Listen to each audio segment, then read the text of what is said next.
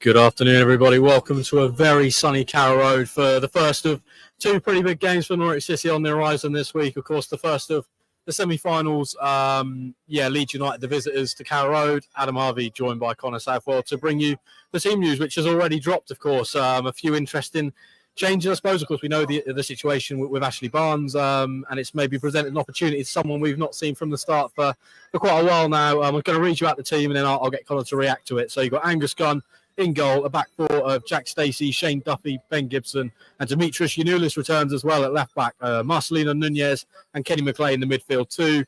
Rowe, Sarah and Signs behind Josh Sargent. Your bench is Long, Hanley, Bart, McCallum, Fisher, Sorensen, Finley Welsh, Christian Fashnak and Sydney Van Hooijdonk. Connor, what do you make of that? I mean, Demetrius Yanulis back in from the start, Johnny Rowe back in from the start. Yeah, what are you thinking, I suppose? Yeah, I think that feels to me like Norwich City's strongest 11, doesn't it? And I think given what David Wagner said, thank you very much, on Friday, I think that was probably what I anticipated and what I expected. We saw Yanulis, and it was a very bright cameo, actually, at Birmingham. He was one of few that I felt probably came out of that game with some credit. So not a massive surprise to me that David Wagner has felt that he's capable, particularly after a week of training, to slot back in. And I guess the other debate was around that right side. And I probably felt in a game of this magnitude, given what's riding on it, given the opponent, it felt to me like it was always going to be John Rowe. And the last few weeks have been about managing for this occasion. It's a massive call to throw him straight into a playoff semi-final and hoping that he can produce and reproduce the levels that we've seen throughout this season. But if there's any player for big games, we know it's John Rowe after what he's produced this season. So yeah, I think actually, I look at that Norwich team looks balanced. It looks in form, a lot of it as well. Particularly, you think Sarah, Sargent too, but Nunez has been in excellent form as well. You've got players in there who have produced relatively recently as well. So yeah, that feels to me like Norwich's strongest and best 11 that they've got, and only fitting really that it features in this, which everyone knows, and don't need me to say it, is an absolutely massive occasion here at Carrow Road today. Yeah, what do you make? Of course, we've had the issues this week surrounding Shane Duffy, which I know a lot of fans have spoken about at length, and the issues surrounding that. I mean, we probably got the indication from David Wagner at the press conference on Thursday that it probably was going to be unchanged in terms of the defence, and Shane Duffy would retain his place. I suppose, do you agree with that? I mean, given it's the game of this magnitude, would it have been difficult for him to switch that? Yeah, I think it's obviously it's really unwelcome. It's a difficult situation, I think, for anybody to really comment on without knowing the ins and outs and whatnot. Obviously, all we've got out there is what's been put in the public domain. I think that there's a strong case that a player in that situation a week before what is a seismic game isn't involved. But by the same token, you can see why David Wagner has stripped it all back and simply made a footballing decision. And really, for me, it's not on David Wagner. If Shane Duffy is not going to be eligible, that's up to people above him. That's up to Ben Napper. That's up to Zoe Webber, people at a board level, really. David Wagner picks from the players that he's got to select from. And if Shane Duffy is one of those, then he gets picked. I can understand why so many people find it so difficult. I think we'd all like to think, and morally we probably all think, when somebody has done something like that he's been charged of, that they wouldn't feature. But it's just so complex. Football isn't like normal society. We know that there are other players in Norwich's squad or who have played for Norwich this season who have played in some murky circumstances where other things going on. So really difficult decision, but I can understand why David Wagner has, from the pool of players that he's got available, gone with Shane Duffy this afternoon. Yeah, I mean, I suppose this being the home leg first, do you think that plays into anything in terms of the playoffs? Obviously you look back at 2015, it was Norwich went to Portman Road on the first leg, and they got the draw there, then brought it back to Carrow Road to the second leg, and I think it always felt like Norwich would probably get it over the line. Does it maybe add a little bit of difficulty given Norwich got this home leg first? They have to go to Ellen Road on a Thursday night under the lights, and they probably need a pretty good result today to go there. Yeah, I think so. I think it's pros and cons, isn't it? You can argue either way. You can say that as long as the tie is alive heading into the second leg, then you give yourself a chance. But yeah, Norwich's away struggles this year compared to what they've done here. They've been really good here, really strong here.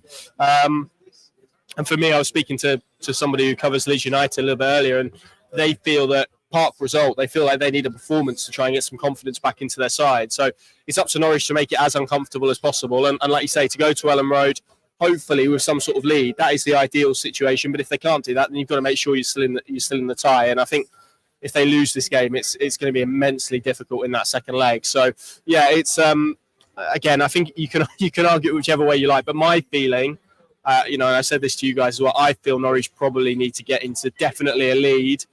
Best case scenario would be a 2-goal lead to take to Elland Road, and that really for me would then give them one hell of a chance of reaching the Wembley final. Can be argued loads of different ways, but that is my feeling as we sit here today.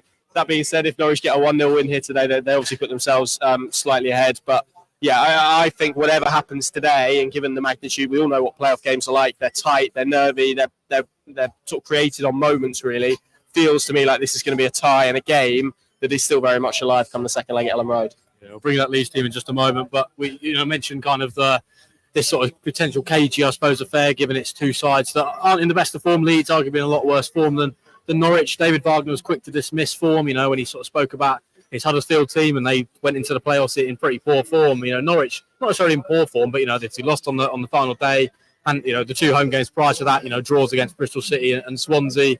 Maybe an edge of frustration that they couldn't have got it over the line a little bit sooner. We had to go to St Andrews, and obviously thankfully the goal swing was enough anyway, and Hull lost on that day, and it didn't really matter. But how do you suppose, could you see that being an impact today, momentum of both sides, coming into this game? Could that maybe change the whole sort of complexion of it? Yeah, again, I think it depends on your view. David Wagner has been adamant that it doesn't. I think it's less about momentum and more about confidence. And I guess the team that tends to get through the playoffs is the one that can deal with the pressure, can deal with the mental aspects of it. And it's interesting. I mean, we've got a graphic just below us, really, from a different app. You look at the average age of the teams. Norwich City's the average age of their starting 11 today is 27.2. Compare that to Leeds, which is 24.4. I mean, that's a big difference in terms of experience and mentality. And so, really, and again, this goes back to what I went back to, really. Norwich have to feed on those Leeds nerves, on that Leeds lack of confidence. And if they can get an early goal, and if they can take command of the tie pretty early, then I think they put themselves in a hell of a favourable position and give Leeds a hell of a lot more work. So there are more questions really about the mentality. If they allow Leeds to settle, if they allow Leeds to find momentum and rhythm and confidence, that's when this game feels like it could become really difficult for them. So yeah, look, Carrow Road, home advantage, they've got to make the most of that. They've got to make the most and to try and use everything really here to their benefit. We've seen the players got an exceptional welcome outside as they arrived on the coach with smoke and chants and all of that good stuff. I mean, even as we do the team news dotting around this stand alone, there feels like there's more people than there is usually. There is a big game feel around it, and we've seen, and we saw against Ipswich, and we've seen against others as well, when that has been the conditions that Norwich City have had to play in, they've coped with that pretty well. So you can only hope that they are ready to rise to what they need to rise to, because one thing's for sure, if this becomes a football match that's based on talent and based on individual players and based on which team has the better players, Leeds United win that, I'm afraid. So Norwich have to make it bitty, probably going to have to grind it out in certain stages as well. They're going to have to be able to deal with adversity, maybe even learn to deal with going behind. And if they can deal with all of those mental aspects, then there's no argument as to why they can't get through the playoffs. Yeah, we'll bring that Leeds team now. Of course, in goal, Ilan Millier, Firpo, Ampadu, Rodon, and of course Sam Byron, formerly of Norwich City. In the defence, Glenn Kamara and Ilaz Gruev are the midfield two. Somerville, of course, the Championship Player of the Year, out on the left. Willie Nonto out on the right. Archie Gray behind Ruter. Of course, they've not really got, a recognised striker. I know Ruter is a forward player, but Bamford, of course, is kind of the leading talisman. He's out for this game. I'll bring you their bench as well. Carl Darlow, Connor Roberts, Charlie Creswell, Liam Cooper, Dan James does make the bench, Jamie Shackleton, Jayden Anthony, Mateo Joseph, and Joel Pirot. I mean, that bench is still stocked with quality, Connor. What have you made of Leeds this season? Can we maybe take anything from the two games that Norwich have already played this season? But you look at obviously their form going into this game; it's not great. They've missed out on automatic promotion. I suppose psychologically that could feel like a little bit of a blow to them. What are you expecting from them today? Well, my first wonder is if that's going to be more of a flat 4-3-3 than the 4-2-3-1 that we've got in front of us, because Archie Gray, from what I know, hasn't really played as an advanced midfield. I think Glenn Kamara has played there on occasion, so maybe there's a slight swap there. But that's really interesting, the fact he hasn't gone with Joel Pirot and Ruter, which is the two that he's preferred, really. We know Daniel Farke is pretty wedded to a 4-2-3-1 mind. So, look, I think, like you said, what we get from Leeds is going to be about how well they've managed to park what happened to them and what has happened to them in recent weeks, because if they've been able to do that, then you look at some of the individuals on their bench, let alone their starting 11, far too good for this level. Somerville, we know what he's done, but in 2024 only 7 goal contributions. Sarah and Sargent have more than that. Willie Nonto has been fantastic in the second half of the season. In particular, Jorginho Ruter is someone who maybe has struggled a little bit more for goals than people would expect, but creatively has done a really good job. And then, as we've mentioned, they've got players off the bench to impact it. So yeah, look, this is going to be a real significant test for Norwich.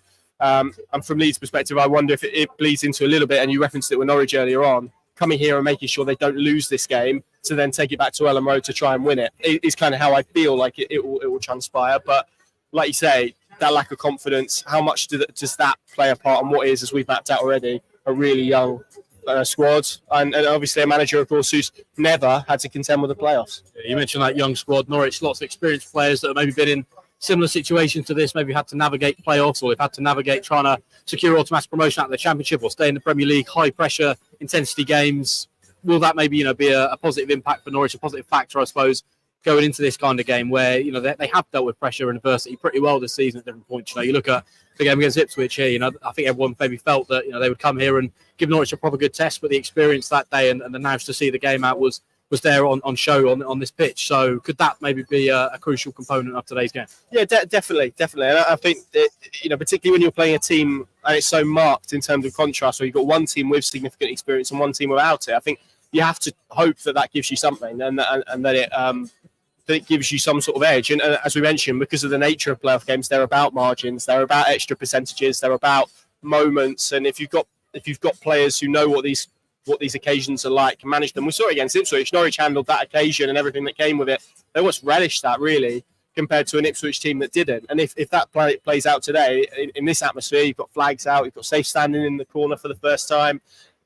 Norwich fans are going to be well up for this, and I think there is a sense, and David Wagner's done a very good job of it in the build-up, as have other of a yellow and green position, of pushing the pressure onto Leeds. So, yeah, all of that experience, all of those, both successful and negative as well, to be fair, and there's some in the squad. Jack Stacey referenced it as well. He's had some negative experiences in the playoffs. They've got coaches as well who have struggled in the playoffs in Pelash and Clements, who've got to a final and lost. So you've got contrasting experiences, and that can only help you, because the more of these type of experiences and games that you've played in theory, the easier they become to navigate. And like I said, it's about using all of those extra percentages and ensuring that this doesn't become a game that is solely about individual quality, because if that is the case, as I said, you look at our Leeds 11, it's very hard. 17 points between these teams. That's the biggest points gap between two semi-finalists since the playoffs begun.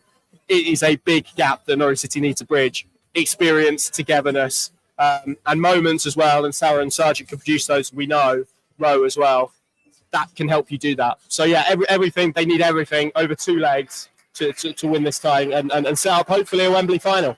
Yeah, Angus Gunn and George Long and the other goalkeepers, goalkeeper coach Paul Clements, all coming out here on the pitch. You can hear the atmosphere, I suppose, starting to build. And just touching on that, Connor, what are you expecting from the atmosphere today? Looking at that Ipswich game, Norwich harnessed that atmosphere. They brought it on the pitch, the energy, and it saw them over the line. The fans were the 12th man that day. We've just been at the front. We've seen the players, the coach greeting that we saw. We've got Wales seating over there in the Snake Pit. The club are actively trying to make an effort to increase the atmosphere for this game, to help the boys in this high-pressure game. How big can these fans be today? Oh, massive. And I think, even looking around the stadium now, this is yellow and green as colours really stand out. So when there is a campaign to get people in yellow, and I mean you can see it already. I mean, there's plenty of yellow and green seats and whatnot, but the amount of people that are wearing yellow, that have sort of yielded the call and are ready, I think, and we've got flags in the Barclay end, as you touched upon. I don't think anyone really needs to give the atmosphere any more of a soak up than it should have already, because quite frankly, if Norwich fans cannot get themselves up for this game, then why the hell are we all doing this? Because it's the type of game that fans should be excited about. Nervous as well, of course, and that's the nature of it. But there's got to be excitement, there's got to be noise, because forget everything that's gone on, forget maybe what your feelings are on certain individuals or the way that this season has gone. So much about football, particularly modern football, is about tomorrow, and it's about worrying about what comes next. Scrap that.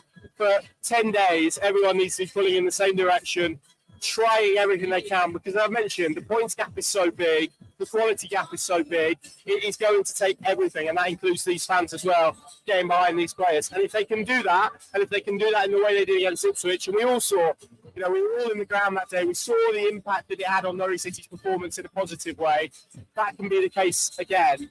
And I think I'll go back to what I always go back to, which is don't be the reason that people point to and say, oh, if we could have got a bit more out of the crowd, then maybe it would have been different. No fan wants to have that charge thrown against them. So it's a real opportunity over 2 legs for Norwich City to achieve something absolutely remarkable from the position that they were in, and that should get everyone up for this game, I think. Yeah, we'll check into a few of the comments. There's some pretty positive score predictions in here.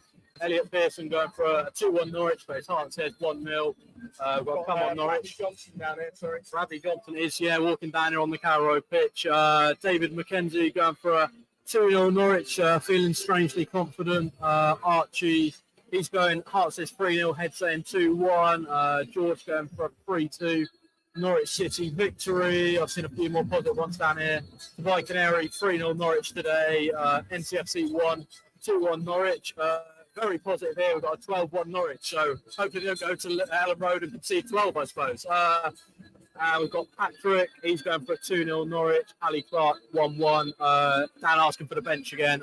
George Long, Grant Hanley, Sidney Van Hooydonk, Sam McCallum, Christian Fashnak returns to the bench, Jakob Sorensen, Danny Bart, Callum Fisher, and Finn Welsh is your bench there.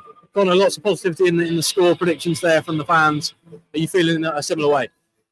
Draw for me, I think. I felt that all week, really. I've been pretty unwavering in that. I think this is going to be really tight. I think both teams, and you see in these games as well, let's be honest, they're not usually great games of football, as a general rule of thumb. You get the second legs tend to be better because there's more on the line. I can see tight win either side, but I'm going to go and sit on the fence and go for a 1-1 draw. What about you, Adam? Yeah, I think I've said 2-1 Norwich all week. I feel like they'll just edge the home game. I think the away game obviously is a completely different animal altogether, and it's how Norwich will deal with that. And we'll worry about that nearer the time. But you maybe look through kind of the playoffs that have already happened in League One. Someone like Oxford went to they beat Peterborough in the first leg. You were arguably a better side on paper and probably a side that could have gone up based on performance levels. Game as well. Then they went to the away leg just straight and got what they required. So I think if Norwich going to do that, that's probably what they need to do, and maybe look at that as a route to success. So yeah, we'll see what we get, but I'm feeling positive. 2-1 Norwich, of course. Hopefully the fans will help the boys get over the line. If you're not at Carrow Road this afternoon, of course, you can join us over on the Pinker Plus app. Sam, Connor on the live blog today. It's Connor on the live blog. So wedded to saying Sam in the last couple of weeks.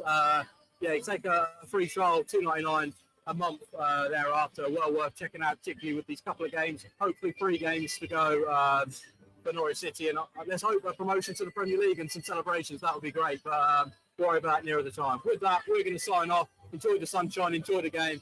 And fingers crossed, Norwich City can do the job.